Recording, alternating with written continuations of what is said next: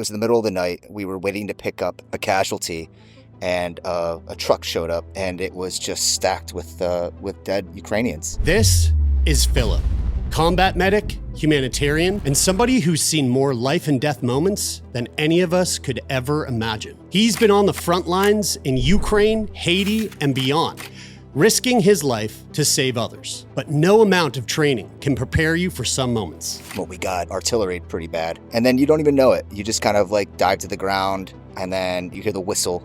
It's a real quick whistle, then a bang. That's when I just start kind of shaking, and I'm like, whoa, that was close. Philip has faced impossible choices.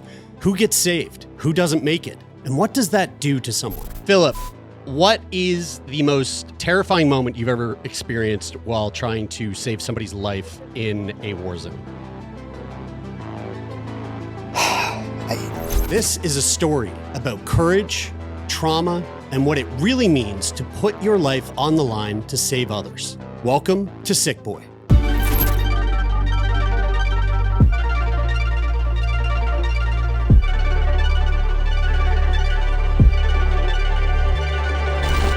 Philip, what is the most terrifying moment you've ever experienced while trying to save somebody's life in a war zone?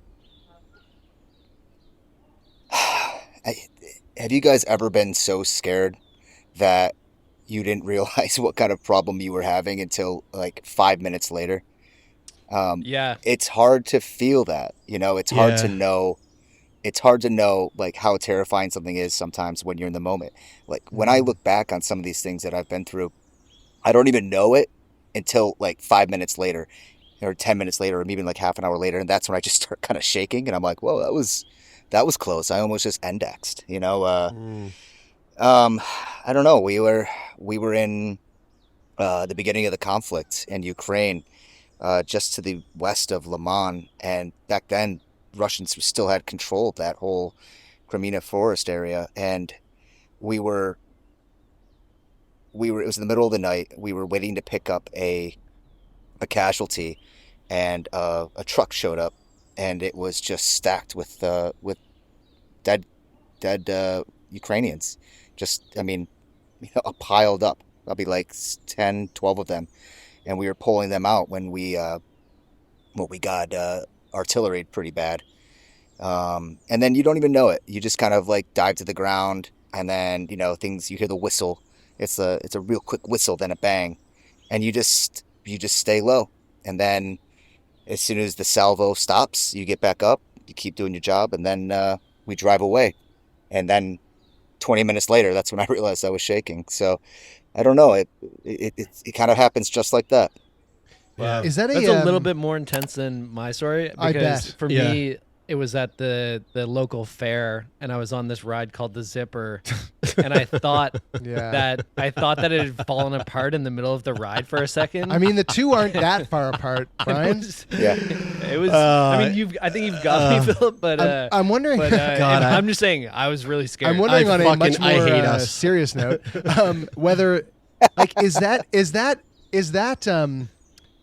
sort of like jump into doing what needs to be done in that moment when that moment arrives, that moment that is in hindsight one of the most scary, terrifying moments that you could be in, but you just go into this mode of, this is what I need to do to try and stay as safe as possible in this extremely unsafe scenario. What is the difference between being trained in some way for that and being a civilian that maybe has no training whatsoever, no exposure to this at all, and finding themselves in a scenario like that? Have you like kind of seen the difference between those two responses? Every human is different, but I mean, I love that Mike Tyson quote where he says everybody has a plan until you get punched in the face. It's just kind of like that. You don't know how you're gonna react until you're right there. And yeah, I mean, there's people who've received lots and lots of training, and then they go into that situation and they just go code black. They just black out, and they can't come back. And but for me, I mean, I just think, the closer and closer and closer you get, the more often I was in these environments. At first I was, 20 kilometers away from the front line, and then I was 15 kilometers, and then I was 10, and then I was, at some points I was very close. And and each time you're kind of like, well, I survived the last time and I'll be okay this time. And then, you don't realize just how close and how dangerous it is. I've got a pretty wild history. I mean, I remember I rowed across the ocean with three other guys. We rowed a boat, like it was a 9 meter long rowboat, and we rowed across you rowed, like ROW'd a boat. Yeah. ROWED. Yeah. Rowed. I didn't know you guys were going to be testing my vocabulary. So, can you use it in a sentence, please? do not start asking me to do math because I will be horribly embarrassed. But yeah, we the first 10 days of this rowing expedition, we were just in this awful storm, and at first it was just wind and a little bit of waves, and then by like the 7th day, we were in 40-foot seas. And waves were crashing over the side of the boat in the middle of the night. It was pitch black. There were clouds. There was no moon, and so you couldn't see 10 feet in front of you. You couldn't see 5 feet in front of you, and so it was terrifying. And a wave would wash over the boat, and next thing I know, the boat's almost capsized. I'm hanging on by I've got a strap connected to me to the boat, but I'm like half in the boat, half not in the boat, in the middle of the ocean at night with just one other guy on deck with me, and we kind of like crawl back into the boat self-rights, and the water pours off, and we're all kind of like, hey, it was cool, we survived, all right, high five. And then the next morning, the guys, I woke up and the guys were talking about like what we need to do to like make the boat safer. We were going to drag some lines to stabilize it and be slow. And I was like, no, I don't want to go slow. I want to get fast. I want to get across this ocean because this sucks. I hate it out here.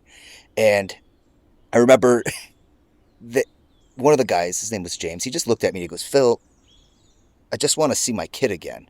And it was at that moment that I kind of realized, oh wow, we are in a lot more danger than I even knew. Yeah. And then I started thinking about it. We were on deck. I got washed off in the middle of the ocean. I didn't even have a life jacket on. And I was like, so you don't know. You don't know what you don't know, and it's like the perspective, right? It's like mission creep. The perspective just more and more, you don't even realize how reckless and dangerous things you've been and how dangerous situation is. And that's combat sometimes. That's, this conflict zone, right? Yeah.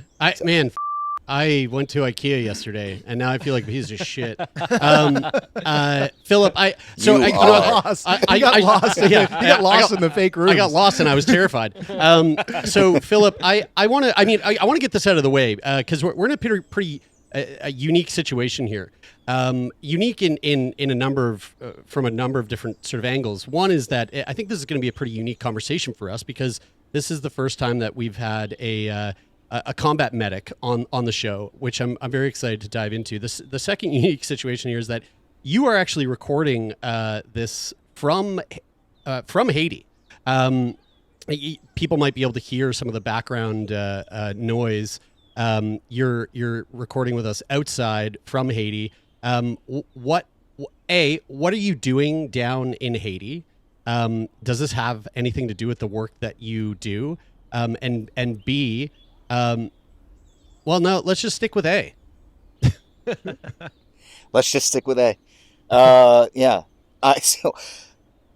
I've hung up my hat as a medic. I did it technically I'm still a paramedic. I've been doing it for 21 years, but I'm not as good as it as I used to be. Like when I was in Ukraine, my job was to lead and organize other good medics that were good at their jobs. I mean, I can still do it. I probably wouldn't, it wouldn't be pretty, but I could still do the work. But what I do now is I'm a director of operations for an expeditionary healthcare company. We go to hard places and we do hard jobs. We have a Role 2 hospital supporting the UN mission down in Haiti. But we're also tied in with, a government, I don't want to say which government, to support the Haitian National Police to teach them how to do tactical medicine. And luckily, this is exactly what I used to do when I was in Ukraine. I set up a training program to train Ukrainian soldiers how to do tactical medicine. And we would get these guys, they'd come from the trenches, and we'd have them for maybe 2 days at the most. And so I had to figure out how to teach them how to save their life in 2 days, which is hard. And so that's what we're doing with the Haitians.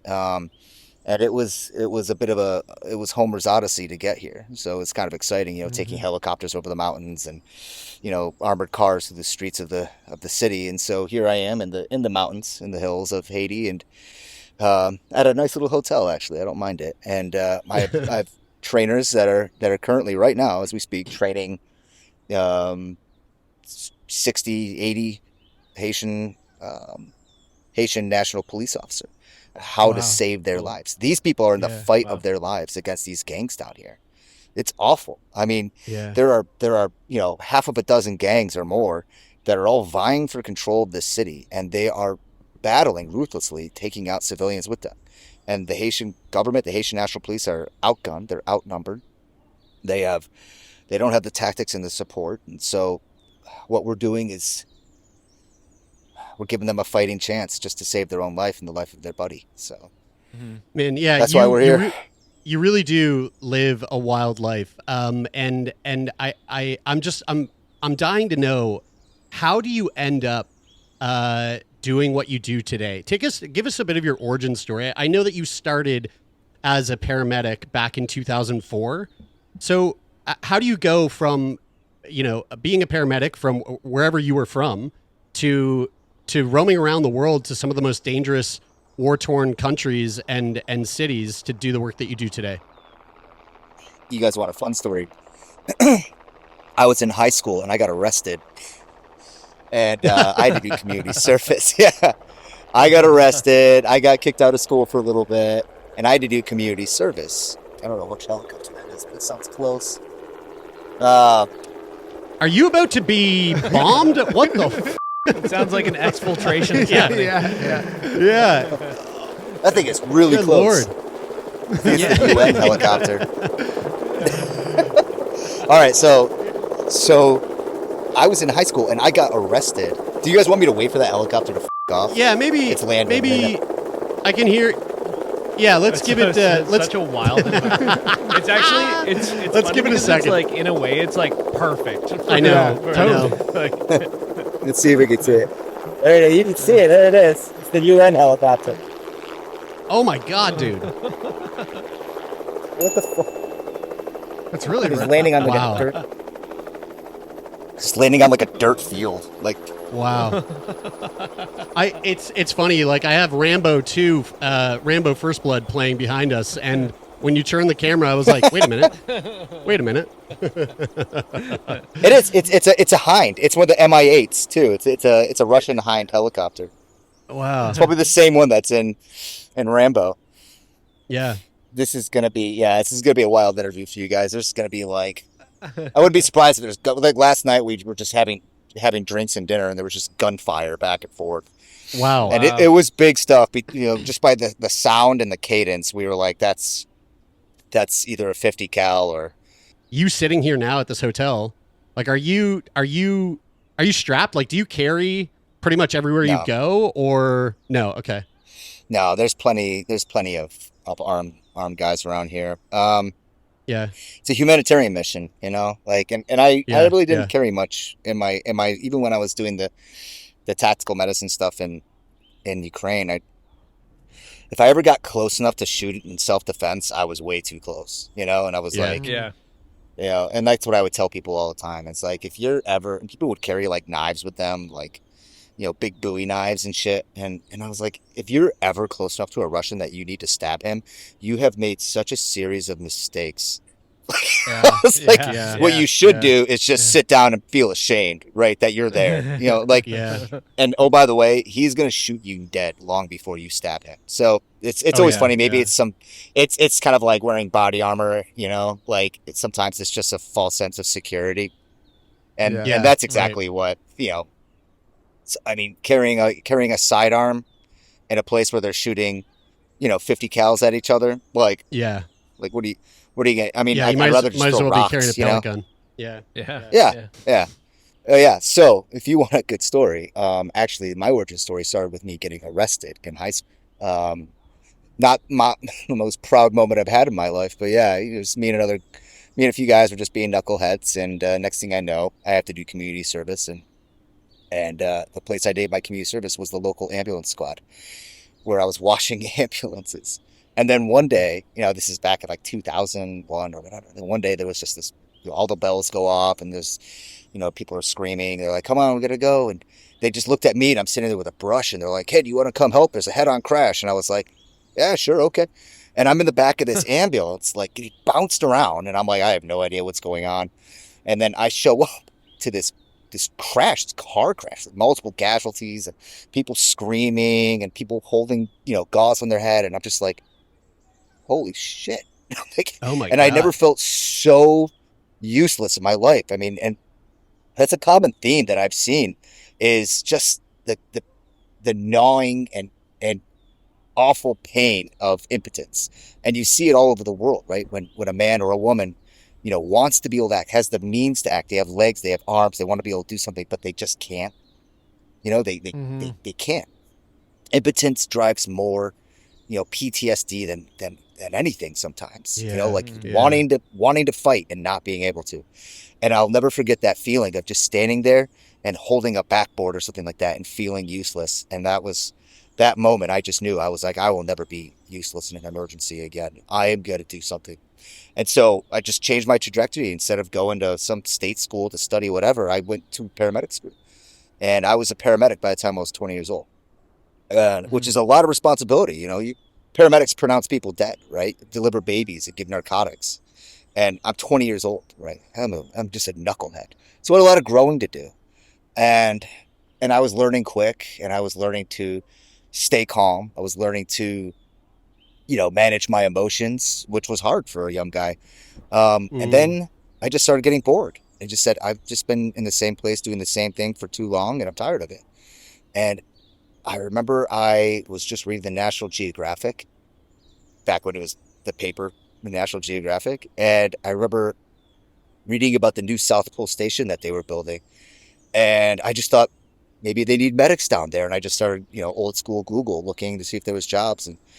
And lo and behold, I found it. A few months later, I interviewed. A few months later after that, I ended up talking to a guy. And all we did for, an hour was talk about motorcycles. Because, I've ridden motorcycles a lot. All over the world, I've ridden motorcycles. And I was talking to him and he's just like, all right, well, I don't know what kind of medic you are, but you like motorcycles and I like a BMW GS, so you got the job. And I was like, all right. Next thing you know, I'm in Antarctica. So I'm working like 200 miles from the South Pole, this place called Waste Divide.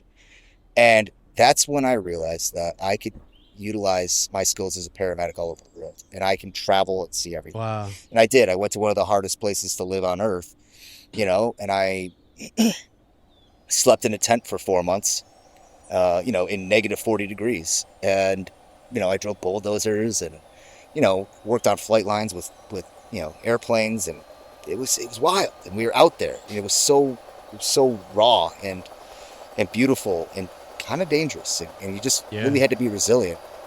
And so that was what I did. And when I came back to the United States, I did two seasons though. When I came back to the United States, I was like, I can't just be a street medic again. This was awful, And at the time, the Iraq and Afghanistan war were kicking off pretty hard. And so I stayed in the U.S. I stayed in the U.S. and I was finishing my bachelor's degree, and I really wanted to get overseas to be a paramedic in those hard places so I could make money and I could travel and I could just push myself to the limits. And that's what I did.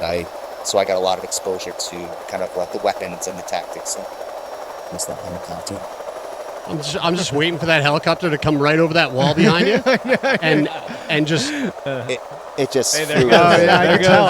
There I was thinking to myself, I was like, it must be leaving. It must be coming over. There was such a rise to that. I wanted to say super annoying. Sorry guys, I told you this place was wild. So No, All good. no, it's okay. I just want to quickly come back to the Antarctica bit for a second, because I imagine in Antarctica, I've actually been to Antarctica, but on a much safer boat trip, more like a cruise than. We'll call it. than- It was the pedestrian version. Yeah. If there is a You pedestrian, were pedestrian on version. Steve Zissou's boat. Like you were basically Yeah, on. that's right. Yeah, it was So- like you and Bill Murray just hanging out. The Drake Passage is no joke, man. That's crazy, also yeah. pretty scary. So yeah, I was gonna say when you rode ROW, I rode RODE, and it was scary when I rode.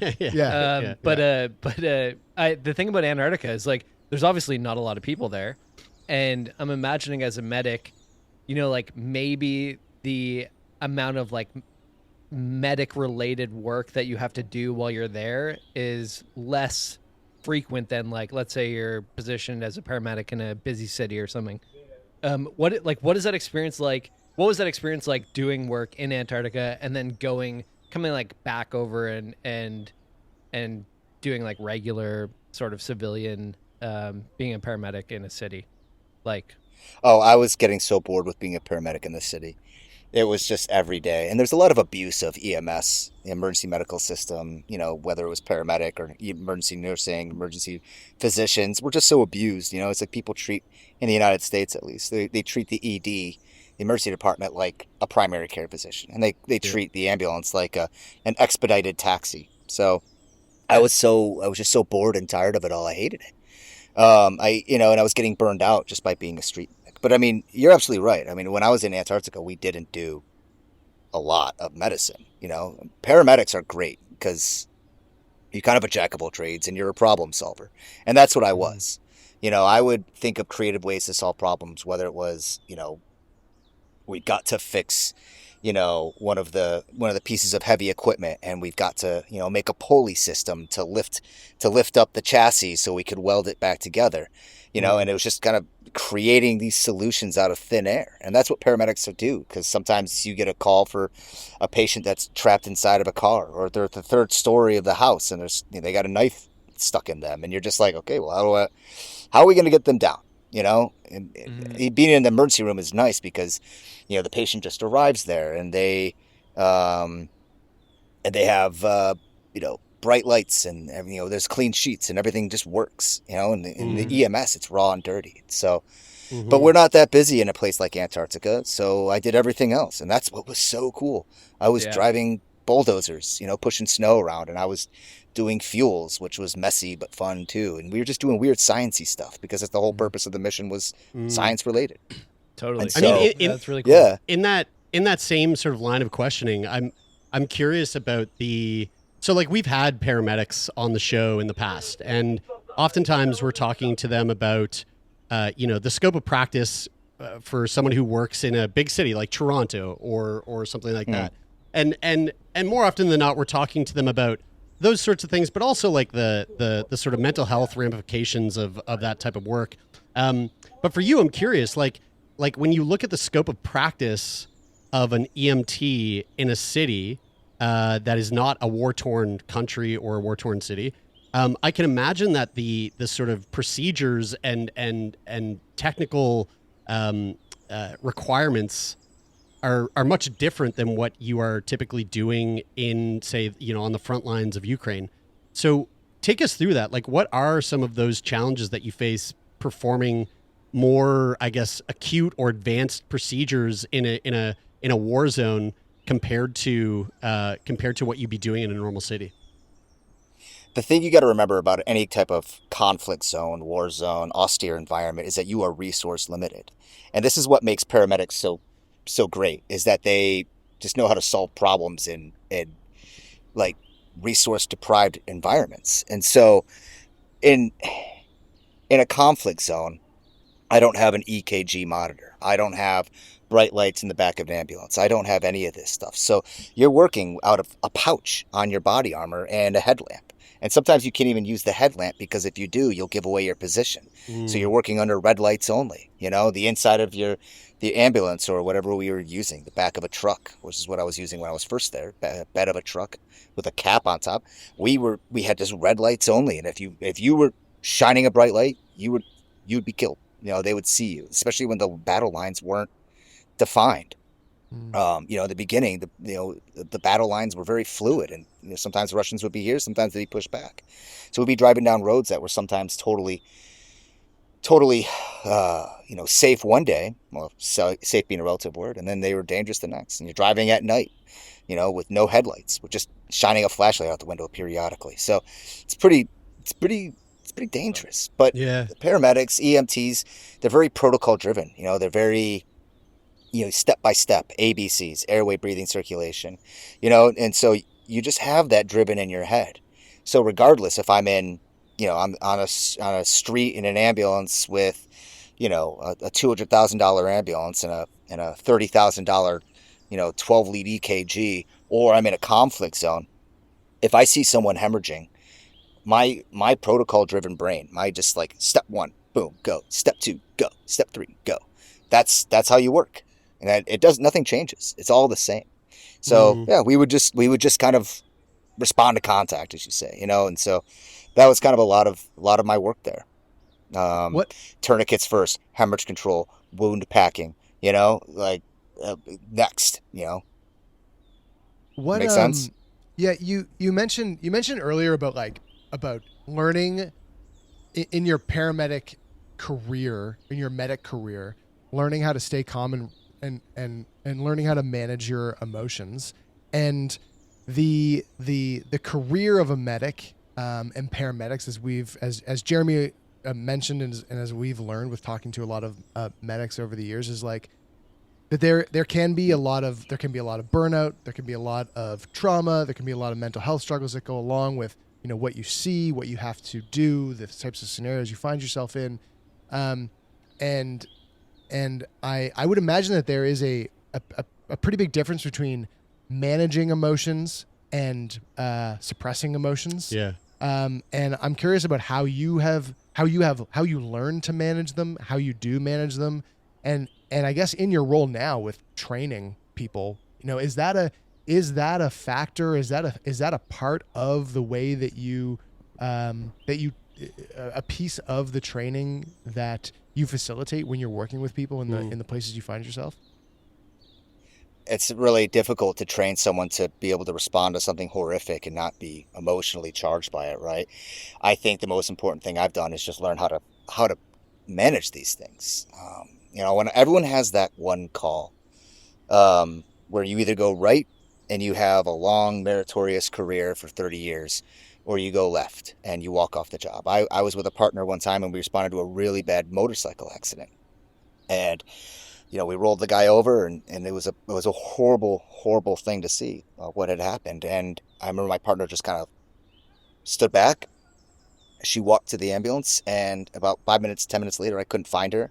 We were looking around for her, and I just found her radio sitting on the seat, and she walked off the job, and we never heard from her again. And what she had saw just was too much. And everybody has that. At some point, you're going to get to that call where you're going to go left or you're going to go right. I suffered for a little bit. I had, I definitely, looking back on it now, it was definitely PTSD. Where I was young. I didn't have the coping mechanisms or the strategy to deal with these things yet. And I, had seen and endured something really painful, really horrible. And I remember for a good long year, I didn't do well. I just had, nightmares. I had physical manifestations. I had anxiety. And, this is back when, America was just really good about handing out pills to people, to the medication nation. Fix it with Xanax. And I remember I was on Xanax for like 2 days, and I just felt horrible with it. I was just lethargic and just, I felt like mute, it was like, I'd rather feel pain than feel nothing at all. And a friend of mine, or he wasn't even a friend at the time, just a guy was just talking, he was looking at me, we were having coffee at the station, and he was just like, you don't look good. And I was like, no, I don't feel good. And I ended up just talking to him. And we talked about the call. Because he was there too, it turned out. He was there as a firefighter, and I was there as a paramedic for this really bad accident. And we talked about it. We found out we had common interests in motorcycles. And the next thing I know, I started feeling a lot better because I was just actually communicating to somebody about this trauma. I was like, commiserating with them. I was sharing. It was a shared experience. And, we used to have different methodologies for dealing with trauma. Back in the day, we'd do these, critical incident stress debriefings, and they'd make everybody sit in a circle, and some therapist that we'd never met before would try to make us relive this experience, this horrible thing. And it was awful. And all it did was just stress us out and make us angry. And then what we realized is, like, You know what you need to do? You just need to have beers with the boys. You know, I mean, being a colloquial term, I mean, it could be girls too, right? Just bonding with the people that were there with you on that. That is how you move past these things. Just kind of like that, you know, like sitting around having a beer and being like, oh, that was up. Yeah, it was, you know. But I'm glad you're there, and I'm glad that at least we're acknowledging that it was up together. Yeah. And that's it. And you know, now I've seen a lot of things. I've been to a lot of places. I'm not the guy that needs to talk about it anymore. I'm the guy that shares, you know, is the listening ear to the new guys, the young guys. You know, and they're the ones that come to me and they're like, that was really screwed up. And I go, yeah, it was. Something yes, I do. Always. It's Friday. Something I don't know. I don't know if there is much to. I don't know I'm not sure if this question will resonate and if there's anything that will come from this, but I'll ask it anyway because I'm curious about the sort of dichotomy between like humanitarian efforts and conflict zones. And so like as a paramedic who has been, you know, on the front lines of various conflict zones, what kind of ethical dilemmas do you encounter while trying to balance humanitarian objectives with like the realities of a combat zone? Like I know that. So for context, before I throw that question to you, the way we came to know you is through our friend Josh, who unbelievably snuck into Ukraine, went to the front lines 3 separate times. He's a filmmaker from here in Halifax, and he just wanted to go there to cover the conflict that was happening over there.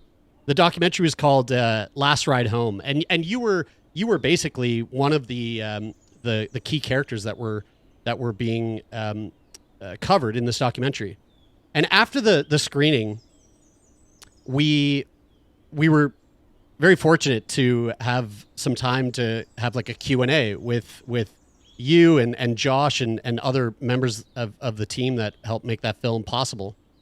And I don't remember if it was you, Philip, that said this, but I remember someone asked a question, and the answer to that question came in the form of somebody on stage basically saying, if you were in a position on the front lines of Ukraine and you came across a Russian soldier who was devastatingly injured,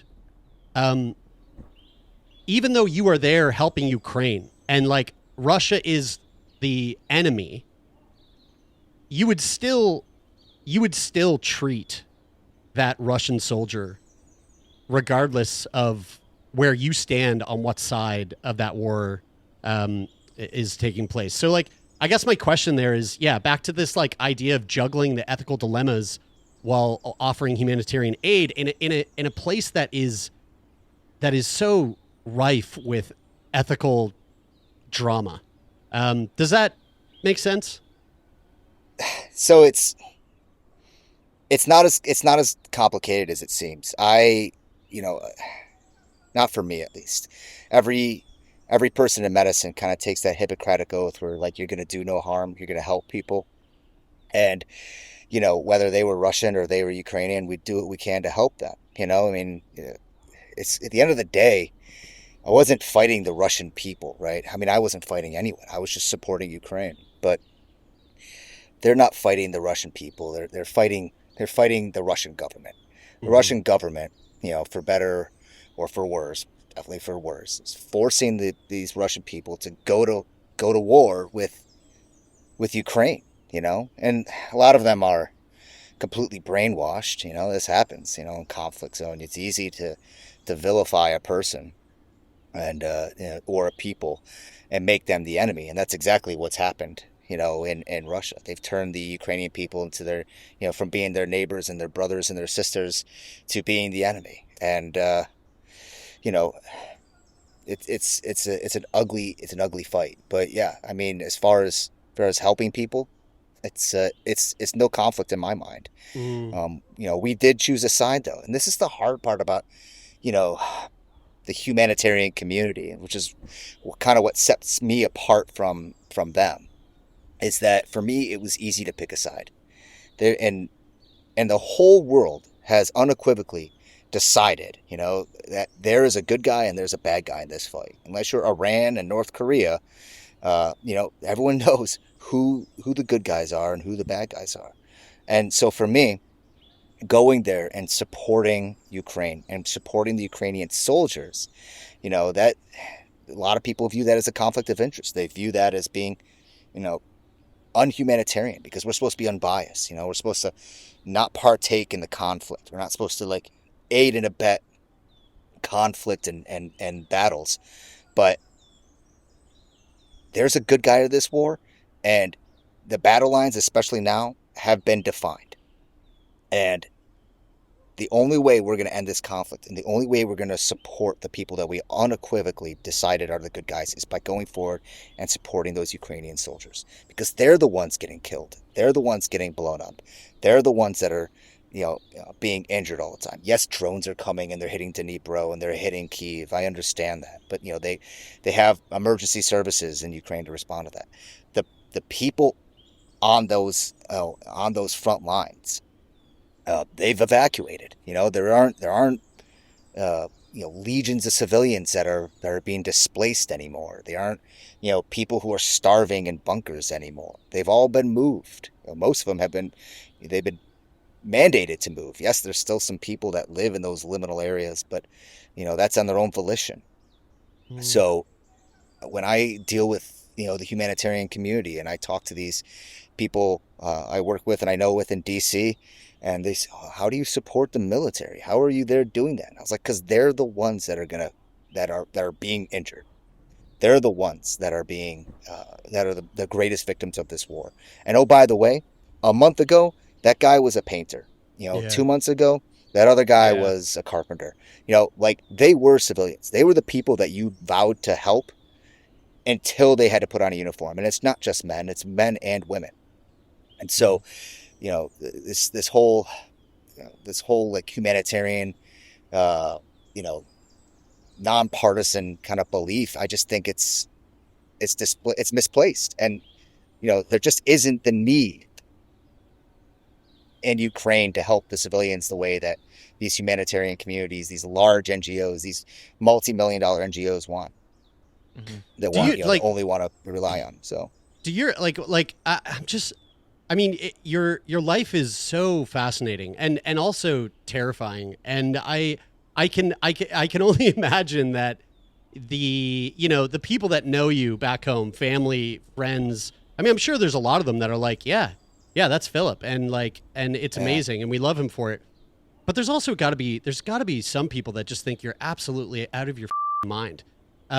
What drives you? What is the personal motivation to live a life where you are constantly seeking challenge and discomfort? Where does that come from? It's intrinsic, man. I mean, I've always been naturally curious, and you're right. I mean, everyone that knows me is just kind of like, that's Philip, that's our boy, like, and if they think I'm crazy, they're probably not wrong. It certainly isn't pejorative. I know it, and I kind of embrace that now, I like it. But I mean, I'm naturally curious, and someday I know I'm going to be old. I'm going to be old, and I'm going to have arthritis in all the areas where I broke bones, and I'm going to be immobile, and I'm not going to be able to ride a motorcycle across Africa like I did. And I'm not going to be able to, row across the ocean. I'm not going to be able to sail across the ocean like I did. I'm not going to be able to do all these incredible things. So I want to live as hard as I can, as fast as I can now. But honestly, it's a little bit philosophical. I mean, one of my favorite philosophers is Albert Camus. And, I've always been a fan of existentialism, and I've always been a fan of kind of like the Stoicism, movements in philosophy. And I remember reading, everyone should be reading like Man's Search for Meaning, but by Camus specifically, I remember reading The Myth of Sisyphus. Mm. And, he talks about, the capital A, absurd, and, what's the point of life if all we do is suffer? And at the end of it, he kind of has this parable where he talks about, about Sisyphus, who was banned to a mountain to push a boulder up the hill. And, the lesson being that, if you end right there, the lesson being never challenge God, never think you're better than God, because, God will punish you to a life of meaningless existence.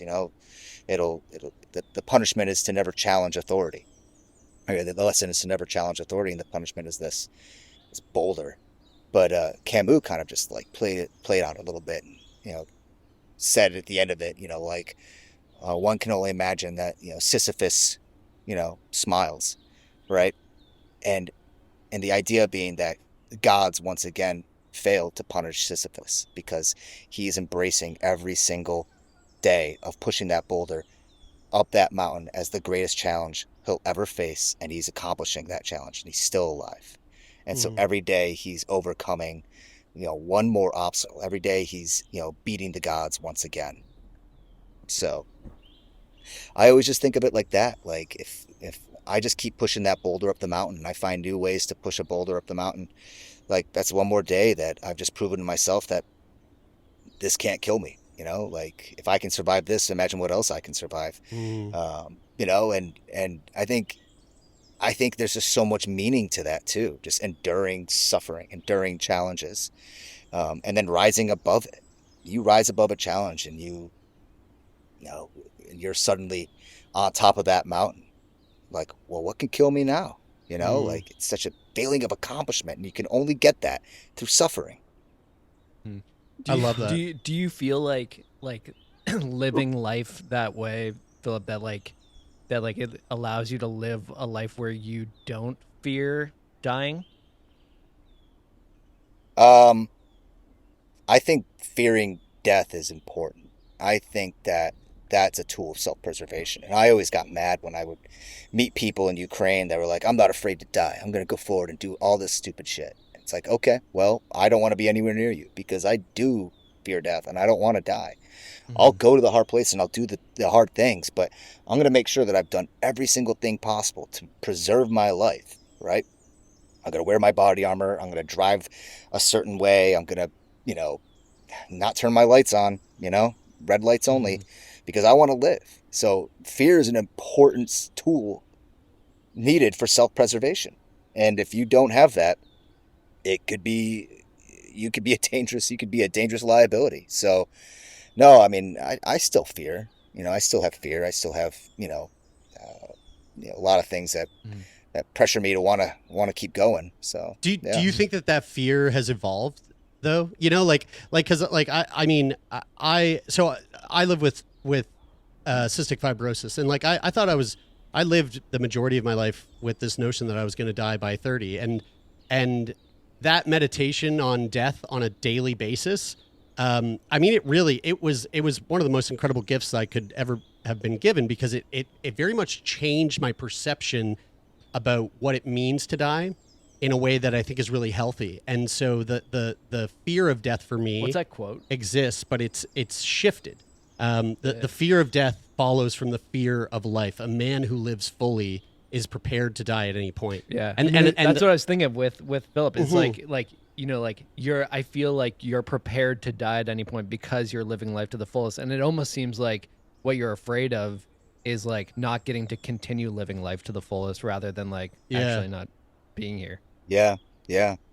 I mean, and look at your life now. I mean, you have cystic fibrosis. You had this pretty grim, prognosis, except you didn't wallow in sadness. You created a podcast, you share your story, and you get to, now you're living life pretty damn well. You're meeting new people, you're sharing your story, you're like embracing it. That's called stoicism, and it's pretty beautiful. And yeah, I mean, fear's a good thing, And probably a difference between the fear of death in dangerous situations versus the fear, like the existential fear of death. Yes. The knowing of, I am alive, therefore I will someday be dead. Yeah. versus I'm in a dangerous situation. And I think that's the fear that a lot of people have that does them a disservice. Because I agree with you that fear is important, but I also feel like there's room to allow that fear to evolve to a place where it actually serves you as opposed to holds you back. And I feel like that fear of death, that's an element of fear that could very well potentially hold someone back from living life like you do, Philip. Another thing that I know you're in Haiti, and there's a job to be done. There's a job to be done. So I don't want to hold you much longer, but one question that I would love to kind of wrap this up with is, we have a lot of people in the healthcare world, healthcare providers who listen to this podcast, and I'm curious to know from you, what lessons from the battlefield do you believe could enhance civilian EMS practices? Well, the sad reality is, as far as the mechanics of it all, every time we go to war, we learn something new about medicine. Great question. What can we learn? They're learning a lot about blood management and how, stuff that we kind of learned were in Iraq and Afghanistan, that there's being solidified, that blood really does save lives, and going forward in these forward positions. I think, from a holistic perspective, I think we're getting a lot better about mental health and, and mental welfare. I mean, the Russians don't care at all about like the mental health and well-being of their people, whereas Ukraine, there's this huge drive from their government and from governments all over to embrace these soldiers that, understand that they've gone through something really hard.